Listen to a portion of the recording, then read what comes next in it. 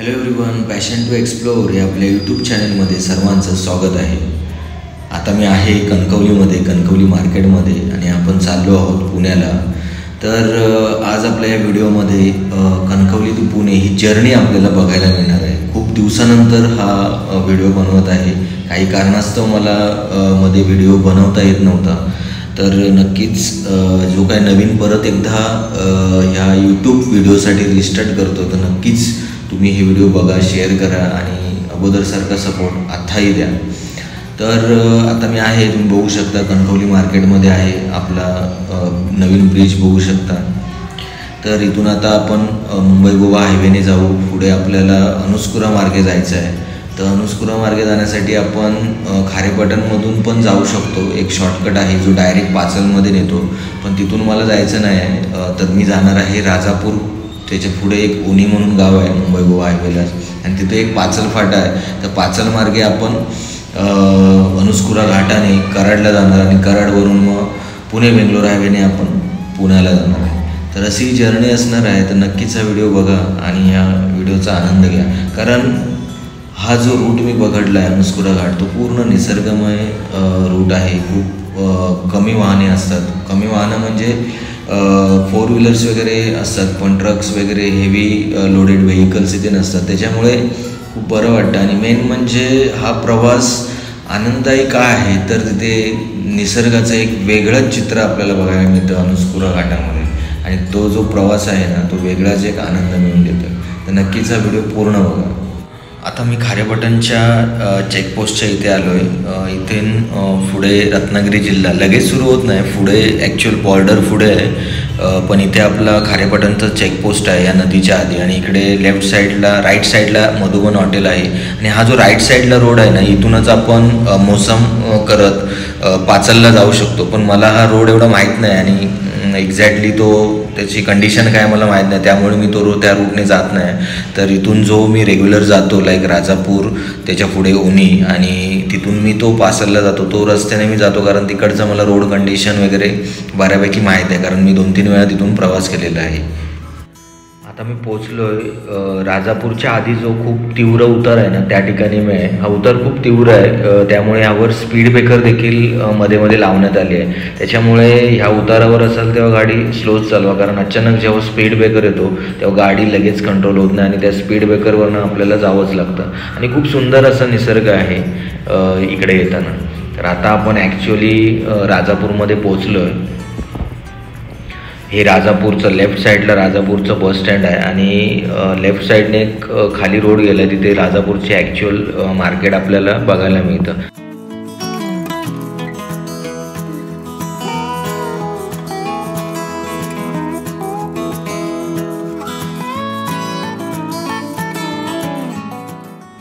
मी आता ओनी या गावी पोचलो आहे. तर इथून मला राईट घ्यायचा आहे. मुंबई गोवा हायवे मला आता सोडायचा आहे.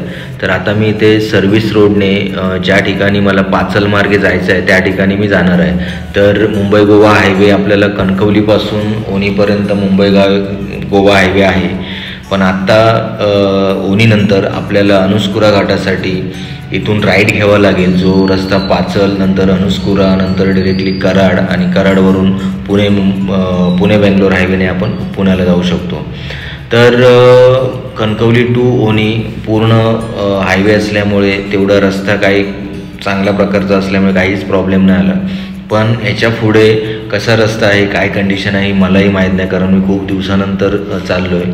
पण एक आहे की ह्या रस्त्यानंतर जेव्हा मी इथून ओनीमधून ह्या पाचल रस्त्याला लागतो, तेव्हा निसर्गाचं जे वेगळं रूप बघायला मिळतं ना, खूप भारी वाटतं. आणि प्रवास खूप सुंदर होतो. म्हणजे निसर्ग, कोकण म्हटलं की निसर्ग सौंदर्य आलंच, बट ह्या रोडमध्ये जे काय सौंदर्य दिसतं ना, तुम्ही नक्कीच हा व्हिडिओ बघितल्यानंतर ते तुम्हाला कळेलच. समोरचं जे सौंदर्य आहे ना, ते बघूनच माणूस वेडावून जातो. आणि प्रवास एवढा लांबचा असला तरी तो लांबचा प्रवास वाटत नाही. खरं तर सांगू तर कराडपर्यंत मला प्रवासच नाही जाणवत, कारण हा निसर्ग सौंदर्य ना आपलं मन वेडं होऊन जातं. त्या निसर्गाच्या ह्याच्यामध्ये आपलं मन एकदम हॅप्पी राहतं. तुमचं माइंड त्या निसर्गाशी जोडलं जातं आणि त्या निसर्गाबरोबर तुम्ही एन्जॉय करत जाता, कारण ते सौंदर्यच एवढं आहे की त्यापुढे तुम्ही काहीच बोलू शकत नाही. तर ह्याच रोडला आता एक CNG स्टेशन देखील आहे. जर तुम्ही राजापूरमध्ये CNG भरला नसाल तर पुढे इकडे आल्यानंतर काही अंतरावरच तुम्ही CNG स्टेशन आहे, तिथे CNG फिल करू शकता. तर माझी पण कार CNG आहे. मी ॲक्च्युली ओरसमध्ये भरून आलो होतो, नंतर राजापूरमध्ये मी भरलं नाही. म्हटलं इथे आहे तर भरून घेऊया, कारण त्याची काही गरज नाही. कराडला जायच्या आधीच 20 किलोमीटर अंतरावर एक CNG स्टेशन आहे, तिथे फुल गेला मी डिरेक्टली पुण्याला जाऊ शकतो. तर त्यामुळेच एक ते भारी आहे. तर आता आपण पाचलमध्ये पोचलो आहे. पाचल मार्केट तुम्ही बघू शकता. मी देखील पाचल वगैरे फक्त ऐकलं होतं गाव, पण कधी बघितलं नव्हतं पाचल कसं आहे काय आहे. तर हे पाचलचं मार्केट आहे आणि पाचलचं बस स्टँड जे आहे ना, लेफ्ट साईडला तुम्ही लालपरी बघू शकता, तर तेच ते ॲक्च्युली पाचलचं बस स्टँड आहे. एकदम रोडलाच लागून आहे, म्हणजे एक छोटंसं बस स्टँड आपण म्हणू शकतो, जेवढं आपल्याला दिसतं आहे तेवढं. तर अशा प्रकारे हे पाचलचं मार्केट आणि बस स्टँड तुम्ही बघू शकता.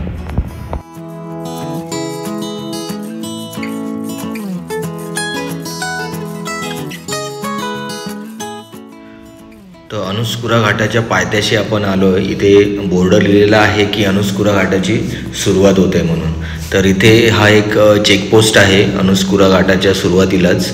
तर चेकपोस्टला इथे पोलीस वगैरे असतील, चेक वगैरे करत असतील. तर हा एक चेकपोस्ट आहे. पण इथून जेव्हा आपण पुढे बघतो तेव्हा आपण एका जंगलातच प्रवेश करतो की काय, असा एक फिलिंग आहे. म्हणजे पुढे पूर्ण असा डोंगर दिसतो आणि त्याच्यातून आपली गाडी जाणार आहे असा तो फिलिंग आहे. तुम्ही बघू शकता समोर पूर्ण जंगल आहे, घनदाट जंगल आहे, त्याच्यामध्ये हा रस्ता आहे. तो एक वेगळाच चित्र जे आपण लहानपणी चित्र काढायचो किंवा आताही आपण काढत असू. एक डोंगर आहे, डोंगराच्या मधून रस्ता, बाजूने रस्ता, त्या प्रकारचं काहीतरी इथे बघायला मिळतं आणि वेगळाच आहे. म्हणजे अनुस्कुरा घाटाने ज्यांनी प्रवास केला असेल ना, त्यांना काही वेगळं सांगायची गरज नाही पडणार. म्हणजे हा अनुभव जो आहे ना, जर तुम्ही प्रवास ह्या रस्त्याने केला असेल अनुस्कुरा मार्गे, तर एक वेगळाच आनंद आपल्याला ह्या प्रवासामध्ये मिळून जातो. ज्यावेळी मी पहिल्यांदाच ह्या अनुस्कुरा घाटाने प्रवास करत होतो ना, अतिशय भारी वाटलं होतं. अरे वाव, किती सुंदर आहे, असे शब्द आमच्या तोंडातून येत होते. मी होतो, माझी बहीण होती, तर सगळ्यांना हा रस्ता आवडला होता आणि प्रवासही खूप आरामात होतो. अजिबात दमल्यासारखं वाटत नाही का. आता आपण तो जी टूर असते ती एन्जॉय करतो, ती जर्नी असते ती एन्जॉय करतो का. आता आजूबाजूचा निसर्ग पण तेवढा एन्जॉय करण्यासारखा असतो. त्यामुळेच आपण कोणता रूट निवडतो हे नक्कीच त्याने फरक पडतो आपल्या प्रवासामध्ये. दुपारचा 1 वाजलेला आहे आणि रस्त्याच्या बाजूला इथे जागा पण आहे आणि एक स्टॉल पण आहे, म्हणून इथे गाडी थांबवली का आता दुपारचं इथे जेवण करून घेतो. तर समोर बघू शकता एकदम हिरवागार निसर्ग झालेला आहे. तर म्हटलं इथेच आपण जेवायला थांबूया. इथे काही एक स्टॉल आहे, पण ते पण बंद आहे स्टॉल. पण मला काही कोणत्या हॉटेलची वगैरे गरज नाही का, आता मी दुपारच्या जेवणाचा डबा घेऊन आलेलो आहे. तर तो थोडा वेळ इथे डबा माझा संपवेन आणि मी जेवण कंप्लीट करून पुढे जाईन. तर मी तर सजेस्ट करेन की तुम्ही जर ट्रॅव्हल करत असाल फॅमिलीसोबत किंवा एकटे पण ट्रॅव्हल करत असाल आणि घरातून निघत असाल, तर घरातून निघताना नक्कीच तुमचा जेवणाचा डबा तुमच्यासोबत ठेवा का. तर कुठेतरी असं निसर्गाच्या सानिध्यात थांबून आपल्याला त्या जेवणाचा आनंद घेता येईल. हॉटेल्स असतातच, केव्हाही आपण हॉटेलमध्ये जेवू शकतो, पण ही जी मजा आहे ना ती काही वेगळीच आहे. जसं ओणीमधून आपण पाचल वगैरे करत पुढे येतो ना, तर काही ठिकाणी रस्ता खराब झालेले आहेत, खड्डे वगैरे पडलेले आहेत, ठीक आहे. तर जिथे ॲक्च्युअल अनुस्कुरा घाटाचा जो वळणावळणाचा रस्ता सुरू होतो ना, तिथपर्यंत थोडेफार खड्डे आहेत. पण जिथून ॲक्च्युअल वळणावळणाचा रस्ता सुरू होतो आहे, जिथे बोर्ड पण लावलेला आहे की वळणावळणाचा रस्ता आहे, तिथून जो रस्ता चांगला सुरू होतो आहे तो पुढे कराडपर्यंत रस्ता चांगला आहे. तर ॲक्च्युली इथूनच अनुस्कुरा घाटाचा वळणावळणांचा रस्त्याला सुरुवात होते आणि या ठिकाणाहून रस्ता पण खूप चांगला आहे. तो जवळपास कराडपर्यंत रस्ता चांगलाच आहे. मगाशी मी बोललो की पाचलपासून निघाल्यानंतर रस्ता मध्ये खराब आहे, पण या ठिकाणाहून पुढे रस्ता खूप चांगला आहे, काहीच प्रॉब्लेम नाही. आता आपल्या समोर आहे अनुस्कुरा घाटाचं सौंदर्य. तर अनुस्कुरा घाटामध्ये जे हिरवगार सौंदर्य बघायला मिळतं ना, ते वेगळंच आहे. तर नक्कीच तुम्ही या सौंदर्याचा आस्वाद घ्या. जास्तीत जास्त घाट आपण दाखवण्याचा प्रयत्न करणार आहोत. हा घाट दाखवताना मी मध्ये बोलणार नाही, तर पूर्णपणे तुम्ही घाटाचा आनंद घ्या, घाटाचा आस्वाद घ्या. माझ्या एका पर्सनल एक्सपिरियन्सवरून मी सांगेन की ह्या घाटातून तुम्ही प्रवास करत असाल, अनुस्कुरा घाटाने जर प्रवास करत असाल तर तो तुम्ही दिवसाच करा. कारण रात्रीचा जर प्रवास करत असाल तर इकडे खूप धुकं असतं आणि त्यावेळी तर आम्हाला अजिबातच काय दिसत नव्हतं. आम्ही actually last time Karad to Pachal या दिशेने प्रवास करत होतो आणि येताना पूर्ण धुकं होतं, त्याच्यामुळे रस्ताच आम्हाला प्रॉपर दिसत नव्हता आणि त्यामुळे खूप तेव्हा डेंजर फील झालं होतं. आणि त्यामुळेच मी सजेस्ट करेन की दिवसा आनंद घ्या निसर्गरम्य वातावरणाचा, पण रात्री या रोडने प्रवास करू नका. अनुस्कुरा घाटाचा पूर्ण व्हिडिओ झाला की मी वाटल्यास तो रात्रीचा क्लिप मी ॲड करेन या व्हिडिओमध्ये. मी आता बोलायचं थांबवतो. तुम्ही हा निसर्गरम्य घाट जो आहे, अनुस्कुरा घाट आहे, त्याचा तुम्ही आनंद घ्या.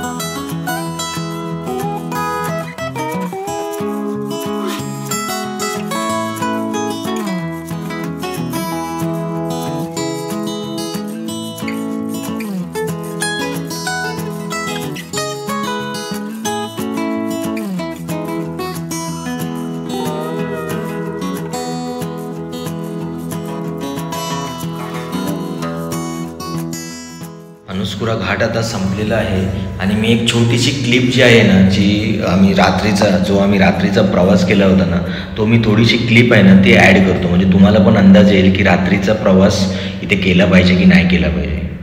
बघा, हा रात्रीचा प्रवासाचा व्हिडिओ आहे. तुम्ही बघू शकता किती धुकं आहे आणि आम्हाला रस्ताच दिसत नव्हता प्रॉपरली आणि इथे वाहतूक पण खूप कमी होती, म्हणजे आजूबाजूला कोणत्या गाड्यात दिसत नव्हत्या. ठीक आहे, तर यावरून तुम्ही ठरवू शकता की इथे रात्रीचा प्रवास केला पाहिजे की नाही केला पाहिजे.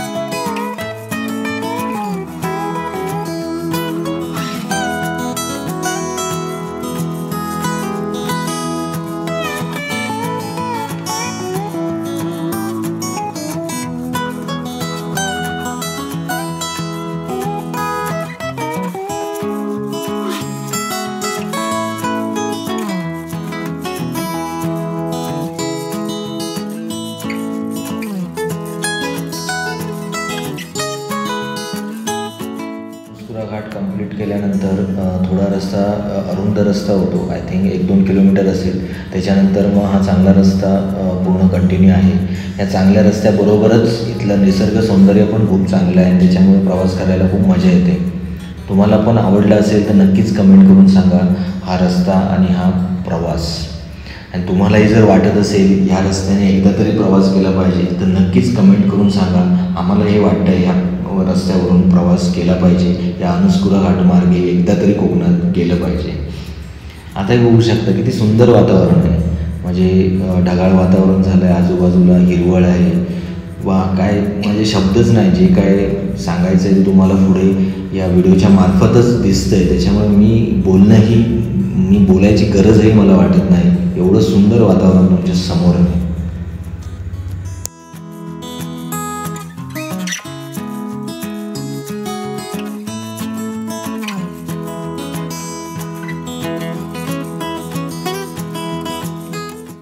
प्रवासात मध्येच आम्हाला अचानक मोर पण दिसला.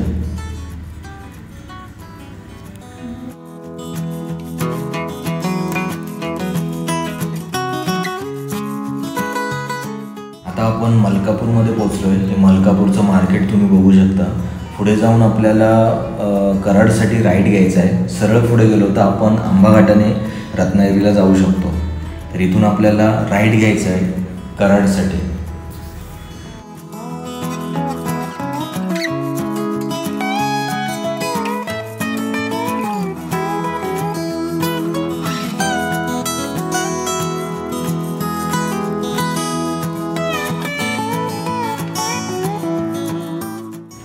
बघा किती सुंदर असं वातावरण आहे, किती सुंदर असं लोकेशन आहे. म्हणजे प्रवास करताना कंटाळा येईल काय तुम्हीच सांगा. तुम्हाला कंटाळा आला असेल ना प्रवासाचा तर नक्की कमेंटमध्ये सांगा.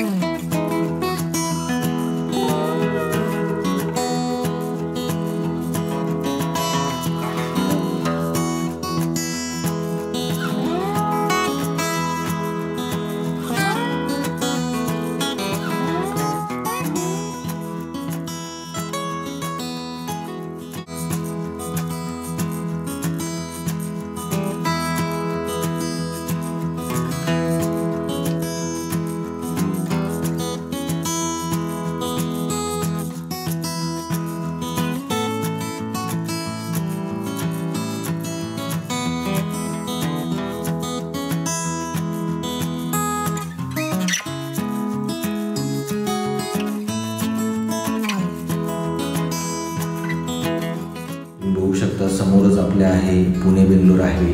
थोड्याच वेळात आपण पुणे बेंगलोर हायवेवर असू. तर आपण आता लेफ्ट साईडने सर्व्हिस रोडने पुणे बेंगलोर हायवेच्या दिशेने चाललो आहे. थोड्याच वेळात आपण कराडमध्ये देखील पोहोचू.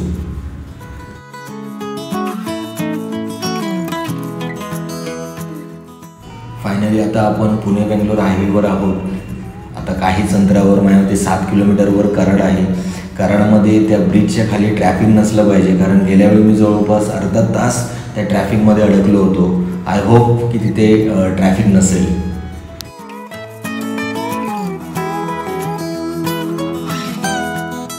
हा नवीन ब्रिज आहे, त्यामुळे इथे बऱ्यापैकी ट्रॅफिक असतं. तर आज मला एवढं काही ट्रॅफिक दिसत नाही आहे. तर मला वाटतं मी लवकरच या कराडच्या मार्केटमधून बाहेर निघेन. गेल्या वेळी जवळपास माझा अर्धा तास या ट्रॅफिकमध्ये गेला होता. आय डोंट नो आज काय एवढं ट्रॅफिक नाही, मला माहीत नाही. पण बरं आलं ट्रॅफिक नाही. मी लवकर या कराडच्या ब्रिज खालून मेन हायवेला लागेल.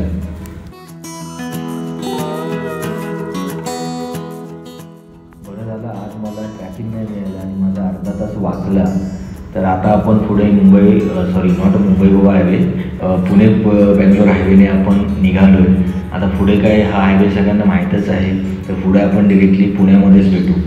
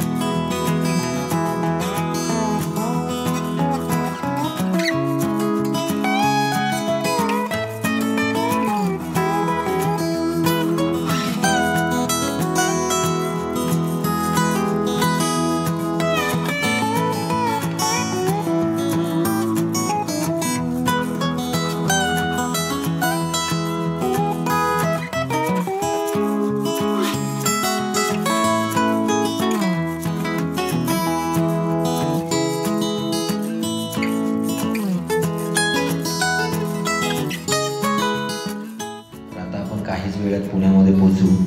तर नक्कीच thank you for watching this video. आणि व्हिडिओ आवडला तर नक्कीच लाईक, कमेंट, शेअर आणि चॅनलला सबस्क्राईब करा. आणि इंस्टाग्राम अकाउंटला फॉलो करायला विसरू नका. लवकरच भेटू नवीन व्हिडिओमध्ये. तोपर्यंत बाय. Thank you for watching.